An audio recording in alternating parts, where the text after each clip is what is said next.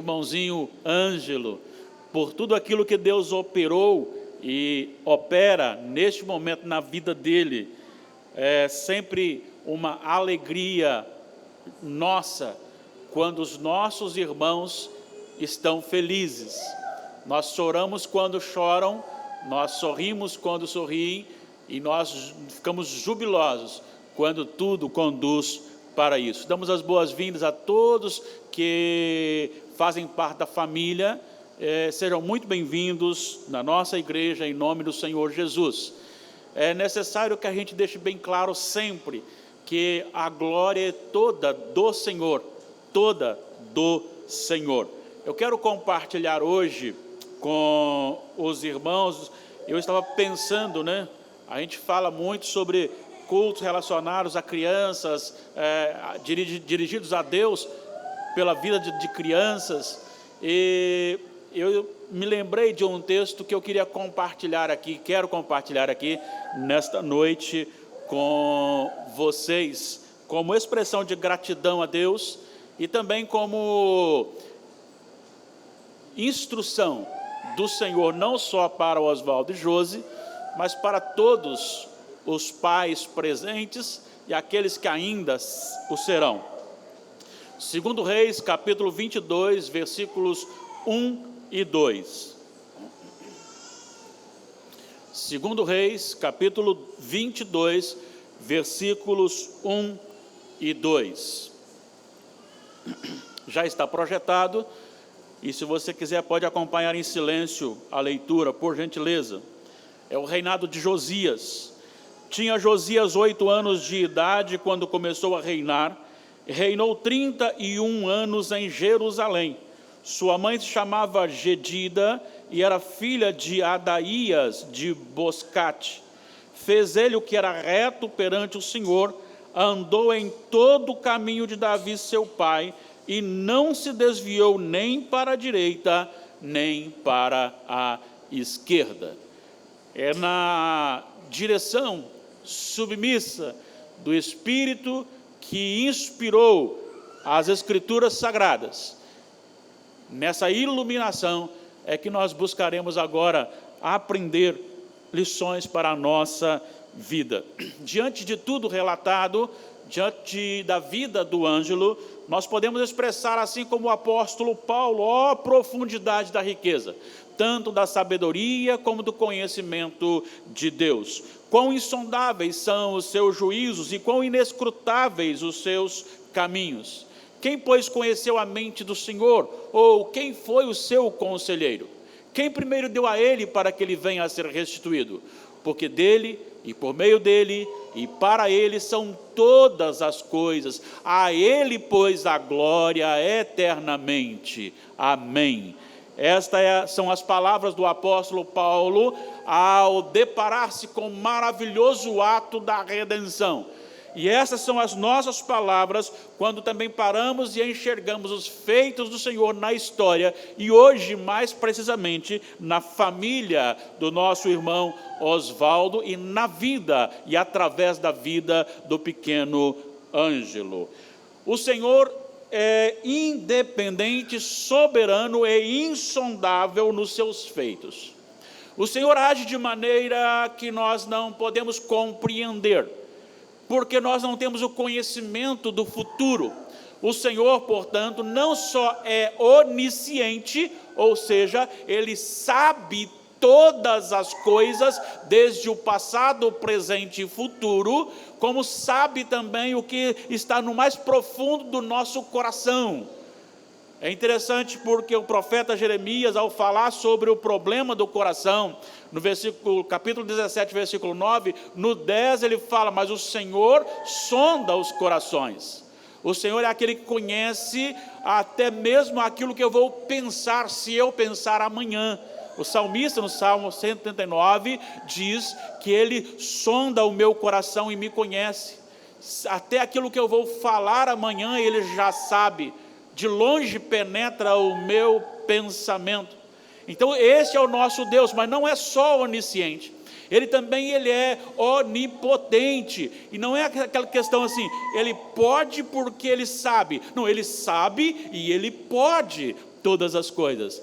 E Ele faz de maneira em que a glória é toda dirigida ao próprio Deus, porque Ele é o autor da vida, porque Ele é o Senhor da vida.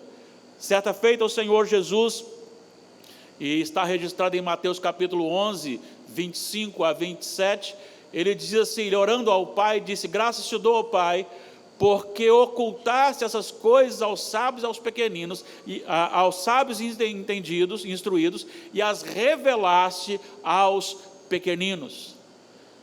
Ele não está dizendo que aquele que é sábio não possa se converter. Ele está dizendo que a vida espiritual, que o conhecimento de Deus não pode vir através da educação normal, não vem através das salas de aulas, não vem nos idiomas aprendidos, não vem, ainda que fosse o melhor professor. É necessário que haja uma revelação do Espírito Santo ao coração através das Escrituras Sagradas. Então, quando nós olhamos os feitos, nós não entendemos como ou para quê, mas normalmente nós sabemos que Deus está no controle e tem um propósito específico.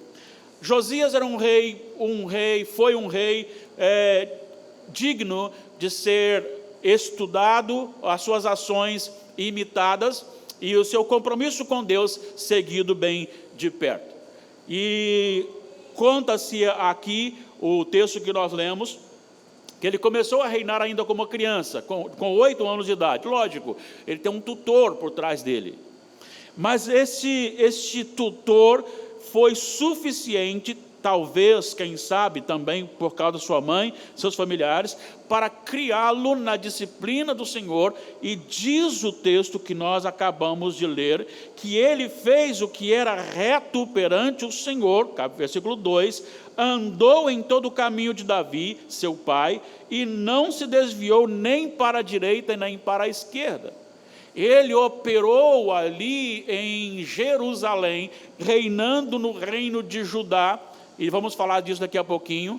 E quando ele morreu, houve um grande lamento por parte dos judeus. Inclusive o profeta Jeremias escreveu um lamento da morte do rei Josias, que passou a ser cantado de forma normativa nos cultos, nas adorações, para relembrar o que Deus tinha feito na vida de Josias. E eu quero então destacar algumas lições importantes para a nossa vida. Eu quero que você me acompanhe, por gentileza, para que você entenda. Vamos trabalhar hoje o tema: um menino usado por Deus para mudar uma nação. Um menino usado por Deus para mudar uma nação. Para mudar uma nação é preciso estar no propósito de Deus. Quando você olha para esse texto de 2 Reis 22, 1 e 2, falando sobre Josias, se você pegar só nesse texto, você não terá uma mensagem completa. Mas é necessário que você volte em 1 Reis, capítulo 13, o versículo 2. Mas antes do versículo 2, eu tenho que contextualizar o que estava acontecendo aqui no 1 Reis 13. Jeroboão havia assumido as 10 tribos chamadas tribos do norte. Isto porque, por idolatria, Salomão foi responsável pela divisão do reino de Israel. 10 tribos romperam o seu laço com a família de Davi e seguiu uma outra pessoa chamada Jeroboão. Então 10 tribos subiram para o norte e foram governadas por Jeroboão, enquanto que apenas 2 tribos ficou no sul e foram governadas por Roboão, filho de Salomão.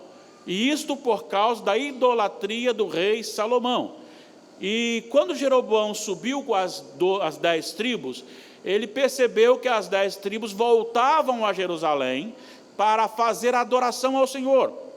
E ele, não querendo perder o governo e o domínio sobre eles, ele resolveu levantar 2 altares, um em Betel e outro em Dan, com bezerros de ouro, para que o povo não descesse a Jerusalém, para não correr o risco de abandonar o governo de Jeroboão e seguir Roboão. E diz o capítulo 12 de 1 Reis, versículo 30, diz: e isso se tornou em pecado, pois que o povo ia até Dan, cada um para adorar o bezerro. E é diante deste problema, deste quadro idolátrico de Israel, que levanta-se um profeta, inclusive não cita o nome dele no capítulo 13, e este profeta, quando chega, subindo de Judá para Betel, em Betel ele encontra o rei Jeroboão, justamente no altar, perto do altar. E o versículo 2 diz assim: clamou o profeta contra o altar, por ordem do Senhor, e disse: altar, altar, assim diz o Senhor, eis que um filho nascerá à casa de Davi, cujo nome será Josias, o qual sacrificará sobre ti os sacerdotes dos altos, que queimam sobre ti incenso, e ossos humanos se queimarão sobre ti. É interessante observar, porque voltando agora para o capítulo 22 do segundo livro dos Reis, nós encontramos aqui o nascimento, ou melhor, o início do reinado de Josias com apenas 8 anos. Mas não era simplesmente alguém escolhido por acaso, é alguém escolhido por Deus antes mesmo do seu nascimento, profetizado, escolhido para uma missão, estava no propósito de Deus. Josias estava no propósito de Deus. O profeta sem nome, ele dirige-se àqueles que ali estavam, principalmente o rei Jeroboão, e diz que por causa dessa idolatria, levantar-se-á um rei da casa de Davi, chamado Josias, ele se chamará Josias, e ele queimará os sacerdotes idólatras sobre os altares que estão hoje servindo de idolatria. E daqui a pouco nós vamos olhar aqui alguns feitos, e os feitos de Josias que se cumprem nessa questão. Então é necessário que nós estejamos no propósito de Deus. Nada acontece por acaso. Nada acontece por acaso. Nada acontece fora do conhecimento, determinação e governo de Deus. Para nós é muito difícil, porque nós não conhecemos o amanhã, mas o Senhor não apenas conhece a história futura, mas Ele a decretou, e os decretos de Deus não podem ser mudados, não podem ser alterados. Jó é um exemplo disso, sofrendo e sofrendo muito, sem saber por quê, qual a razão, tendo os seus 3 amigos lhe acusando de pecados que ele não havia cometido. E diante dessas acusações, ele fica sem saber qual a razão de Deus ter tirado dele a sua mão de misericórdia e graça, e permitido a morte dos seus filhos, permitido toda a sua riqueza ser destruída, permitido a sua saúde ter ido embora.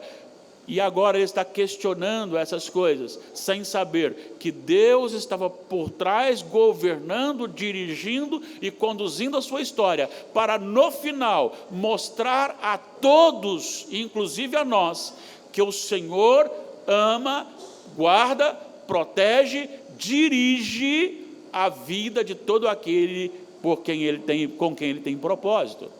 A vida de Ângelo também foi um pouco assustador, o início do seu nascimento e o desenvolver do seu primeiro ano.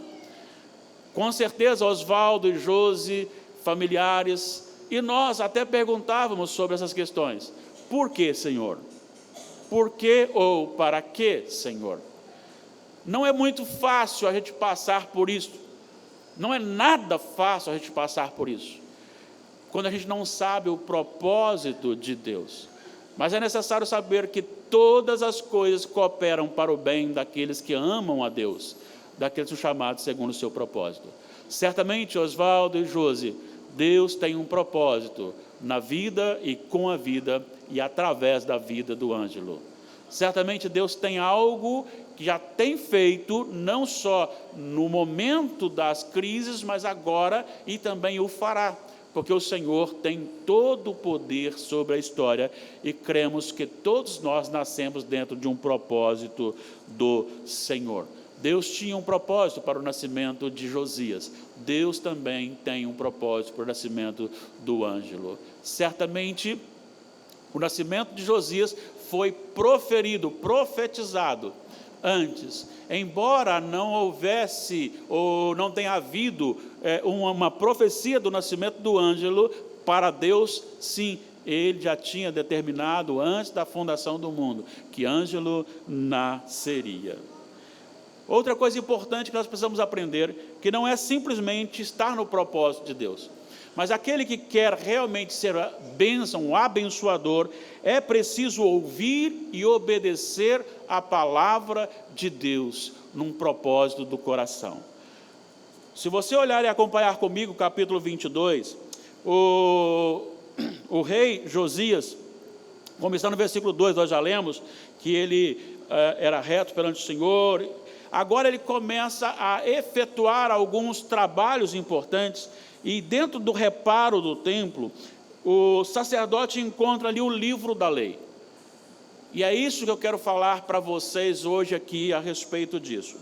Olha só o que acontece. Não basta você saber que Deus tem um propósito para você, no sentido de que Deus conhece e determina cada nascimento, cada vida e cada morte. É necessário também que você entenda a vontade de Deus. E esta vem pelas Escrituras Sagradas, pelo livro da lei. Ouvir e obedecer a palavra do Senhor são passos necessários para ser um abençoador. Ele então coloca no seu coração, ele olha para o Senhor e teme ao Senhor. Olha só a expressão no versículo 2: fez o que era reto perante o Senhor. E eu queria chamar a sua atenção para isso aqui. Às vezes nós temos a mania de julgar as coisas, os atos e as pessoas segundo o nosso padrão ou o padrão da sociedade. Nós temos, por exemplo, hoje no Brasil, de uma forma muito intensa, o chamado politicamente correto. Algumas pessoas já disseram que é crime religioso afirmar que não há salvação fora de Jesus, que só em Jesus há salvação, porque se torna politicamente incorreto você dizer que se estiver fora de Jesus você não vai ser salvo. Aí você começa a julgar as ações das pessoas por este padrão. Mas a expressão aqui do rei Josias fez ele que era reto perante o Senhor. Perante o Senhor. Então é necessário que nós entendamos a palavra de Deus, para que esta palavra mova o nosso coração, assim como moveu o coração do rei Josias, para que ele medisse as suas ações, que eram frutos dos seus pensamentos, do seu coração, e as medisse pela palavra de Deus. O que se importou ali no reinado não era o que as pessoas estavam pensando, mas era o que o Senhor pensava da sua ação, da sua atitude, do seu reinado. Ele era reto perante o Senhor, não perante a sociedade. Ele era reto perante o Senhor, não perante os demais reis. Ele era reto perante aquele que o colocou ali, não só debaixo de uma profecia, mas sob o seu poder, propósito, para realizar a sua obra.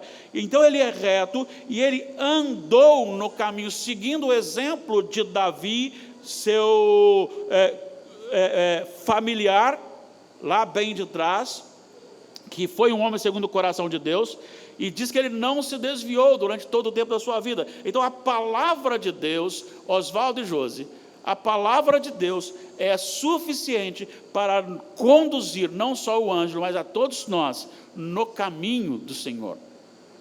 É pela palavra que nós temos que julgar todas as nossas ações. É esta palavra que tem que mover o meu coração. É esta palavra que é a régua de medir. Muitas pessoas têm muitas experiências de Deus da vida. Eu posso contar para vocês inúmeras experiências de Deus na minha vida. No entanto, cada experiência que eu tenho, ela pode ser de Deus ou não. E como que eu sei que ela é de Deus? Se ela está enquadrada nas Escrituras Sagradas. Porque a Bíblia Sagrada, a Palavra de Deus, é a única regra de fé e prática. Não é o que eu quero ou o que eu acho, é o que Deus determina. Estava conversando com uma jovem senhora ontem e hoje de manhã, e eu falava para ela justamente isso.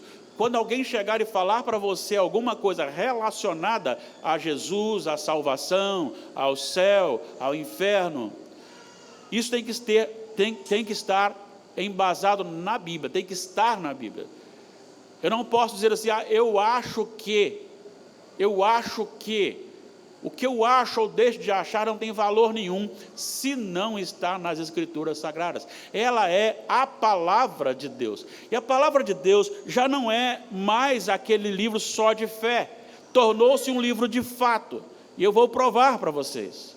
Primeiro, quem lê a Bíblia, e deve ler mais de 1, 2, 3, 5 vezes e continuar lendo a palavra, sabe que ela é um registro de Gênesis a Apocalipse, que revela o cumprimento, e ela não se contradiz, mas ela vai se encaixando nos cumprimentos daquilo que está profetizado nas Escrituras Sagradas, detalhadamente. Mas eu quero citar um texto para provar para você que a Bíblia não é um livro qualquer, que a Bíblia é a palavra de Deus. Se você ler Isaías capítulo 53, Isaías 53, você lerá ali um texto que foi escrito 750 anos antes da crucificação de Cristo. Isaías foi escrito 750 anos antes, e ele escreveu com riquezas de detalhes cada ato da crucificação de Jesus, cada detalhe da crucificação de Jesus. Depois de 750 anos, se cumpre tudo aquilo que está proposto naquela revelação do profeta, ou ao profeta, e que o profeta transmite. Então a palavra, sim, ela é verdadeira, ela é a palavra de Deus. E o autor aos Hebreus chegou a citá-la como palavra viva, eficaz, mais cortante que qualquer espada de 2 gumes, que penetra até o ponto de dividir alma e espírito, juntas e medulas, e é apta para discernir o espírito e o propósito do coração. Esta palavra, ela é uma palavra que não precisa ser mudada, ela não precisa adequar coisas ou retirar coisas. Ela é uma palavra só, e ela é viva em todo o tempo, em todo lugar e em toda cultura. E ela, Josi e Oswaldo, ela será a única que poderá guiar o Ângelo no propósito do Senhor.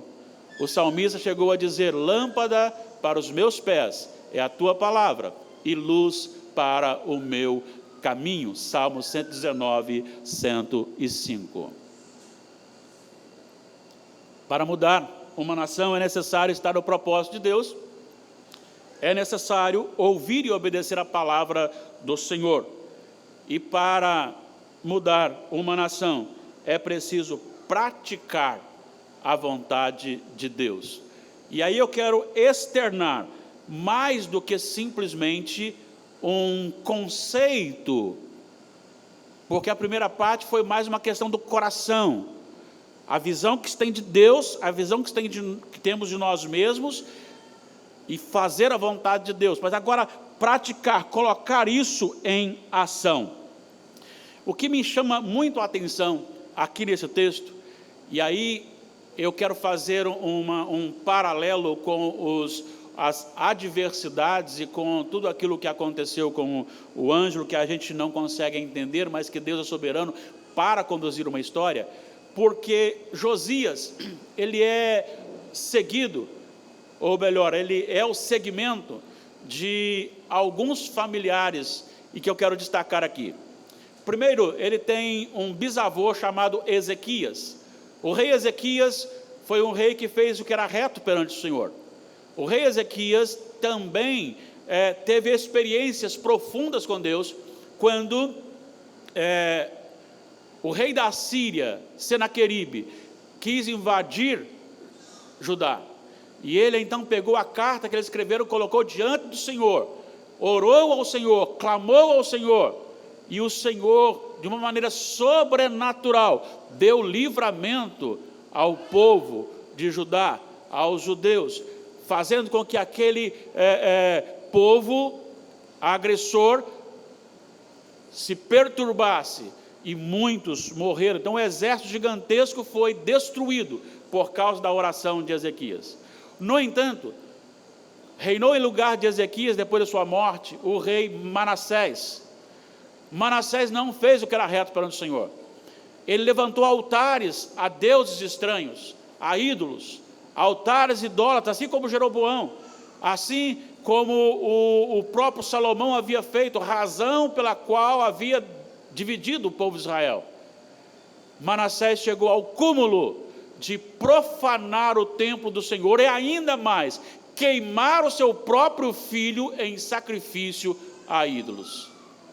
Mas diz a palavra do Senhor que Manassés no final se arrependeu, clamou ao Senhor, orou, e o Senhor lhe abençoou. Morreu Manassés, começou a reinar Amon, filho de Manassés.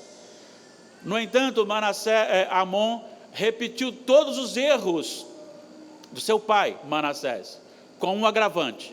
Diz o texto que ele não se arrependeu. Foi um mau rei que não se arrependeu. E logo em seguida sua morte, e ele reinou apenas 2 anos. Logo em seguida sua morte, nasceu Josias. E Josias é tirado deste meio turbulento de pai, avô, que eram pecadores, idólatras, e é feito por Deus um grande rei, um instrumento abençoador. E ele faz algumas coisas importantes, como por exemplo, ele efetua uma das maiores reformas religiosas do povo de Israel. Ele restaurou o templo, ele encontrou o livro da lei, buscou ajuda com quem de direito, fez aliança com o Senhor, destruiu o altar de Betel feito por Jeroboão, aquele altar onde Jeroboão estava quando o profeta sem nome foi lá e profetizou sobre ele.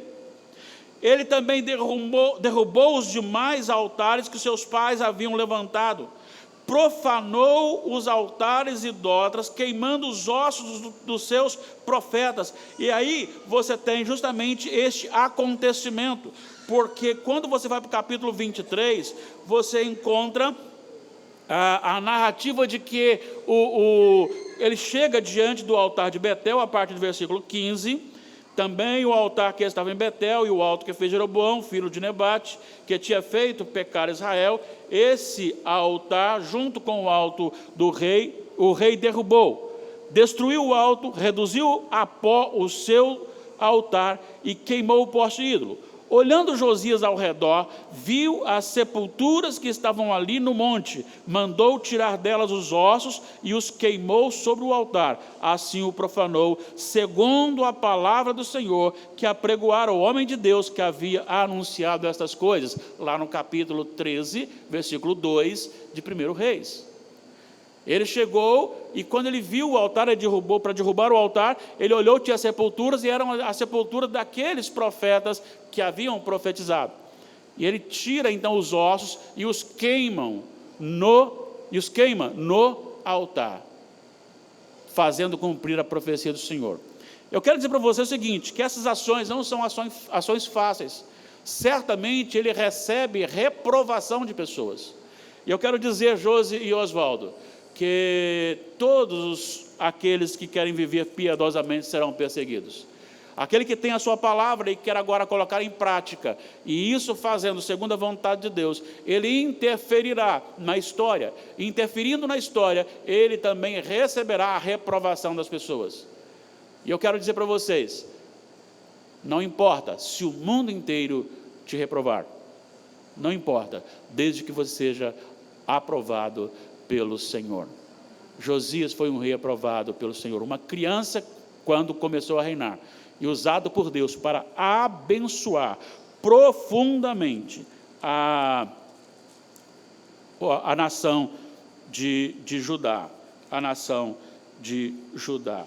Quando nós olhamos no livro das Crônicas, eu quero então só ler com respeito à morte de Josias. Capítulo 35 do segundo livro das Crônicas, versículos 24 em diante, dizem assim: seus servos o tiraram do carro, levaram-no para o segundo carro que tinha e o transportaram a Jerusalém.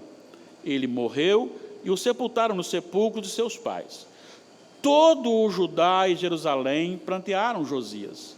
Jeremias compôs uma lamentação sobre Josias, e todos os cantores e cantoras nas suas lamentações se têm referido a Josias até o dia de hoje, e aí no caso o dia que foi escrito, porque as deram por prática em Israel, e estão escritas no livro de Lamentações. Quanto aos mais atos de Josias e as suas beneficências, segundo está escrito no lei do Senhor, e aos mais atos, tanto os primeiros como os últimos, eis que estão escritos no livro da história dos reis de Israel e de Judá. Eu queria fazer uma pergunta agora. Será que a nossa história poderá ser registrada dessa forma? Será que quando formos recolhidos, nós poderemos ser chamados de alguém que foi reto perante o Senhor, aprovado pelo Senhor, um abençoador? Eu espero que esse momento em que a família do Ângelo separou para glorificar e exaltar o Senhor, espero que a glorificação do nome do Senhor seja o seu rendimento ao Senhor, a sua entrega ao Senhor, para que o Senhor seja bendito na sua vida. Deus pode usar a história do Ângelo, aqui e agora, para fazer de você um grande abençoador de vidas para a glória de Deus. Josi e Oswaldo, vivam de tal maneira que o Ângelo seja um propósito de Deus para a glória dele.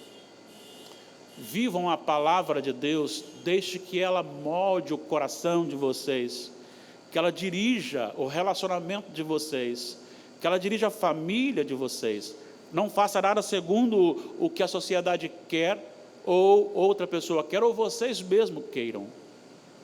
Façam tudo segundo a palavra de Deus. Observe na Bíblia Sagrada. Foi isso que Josias fez. Ele buscou, viu problemas, e ele então foi até a profetisa e disse: olha, me ajuda aqui, qual é a palavra? E ela explica a palavra, e ele segue a palavra do Senhor. Não importa o que aconteça, sejam aprovados por Deus, promovendo bênçãos na vida de outras pessoas, ainda que isso lhes custe rejeição de outras pessoas, mas desde que vocês sejam aprovados pelo Senhor. Esses conselhos não são só para Oswaldo, Josi, são para todos nós que aqui estamos nesta noite, porque se você está aqui, você não veio porque você quis simplesmente. Deus moldou a sua vontade e lhe providenciou todo o necessário para que você aqui esteja e ouça esta palavra que não é minha, é do Senhor. Entregue a sua vida ao Senhor, viva pela palavra do Senhor e pratique a palavra do Senhor. Deus nos abençoe. Amém. Coloquemos-nos em pé. Após a oração, a palavra está